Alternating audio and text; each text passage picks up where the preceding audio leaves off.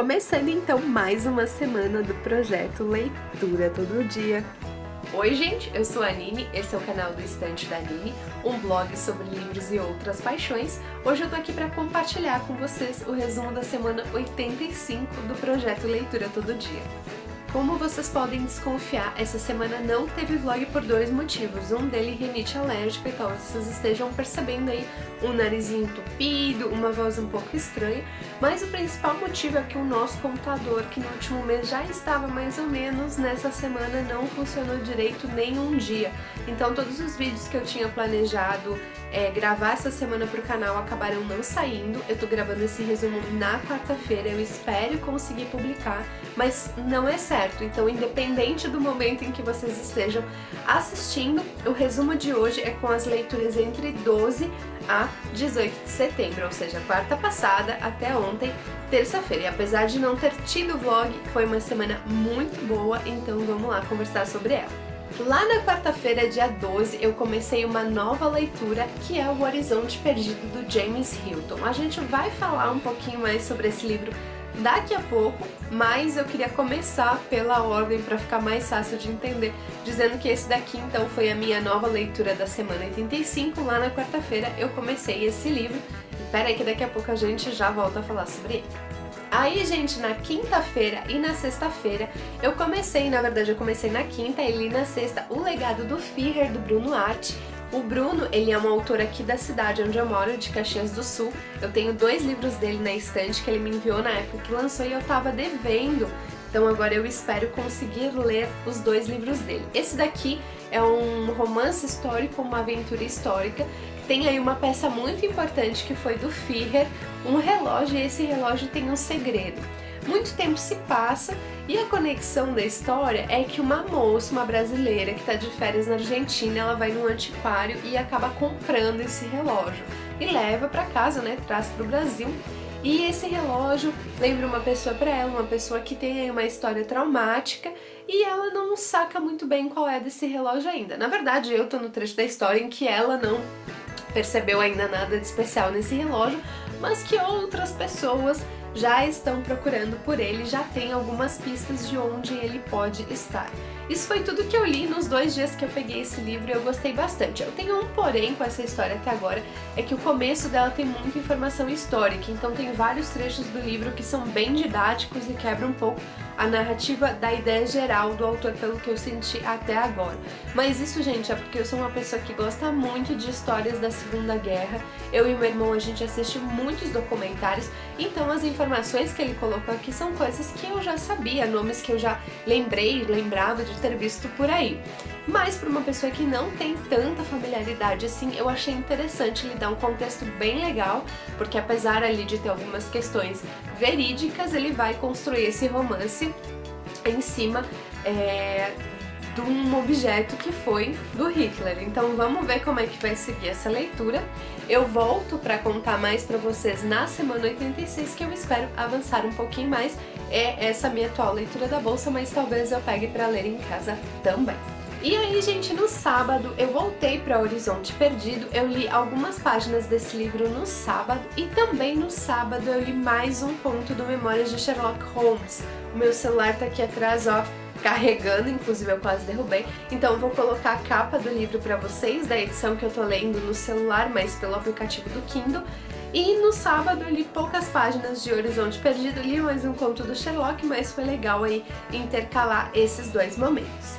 E aí sim, gente, no domingo e na terça-feira eu li o restante de Horizonte Perdido, que é a minha leitura finalizada dessa semana, que teve um dia sem leitura, que foi a segunda.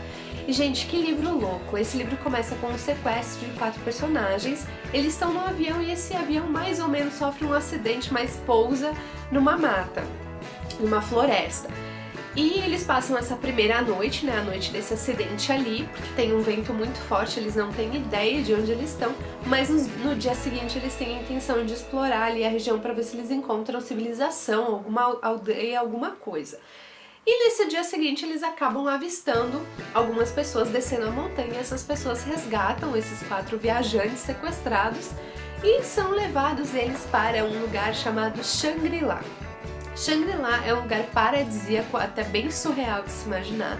Ele é governado, por assim dizer, por um mosteiro, que num primeiro momento tem todo um aspecto oriental. Eu falo oriental porque é a palavra que ele usa aqui, tá, gente? Esse livro é do início do século passado, das primeiras décadas. Hoje em dia, com certeza, asiático seria uma palavra que combinaria muito mais. Até já vi uma discussão sobre isso no Twitter outro dia, que a gente pode deixar de tema para outro vídeo.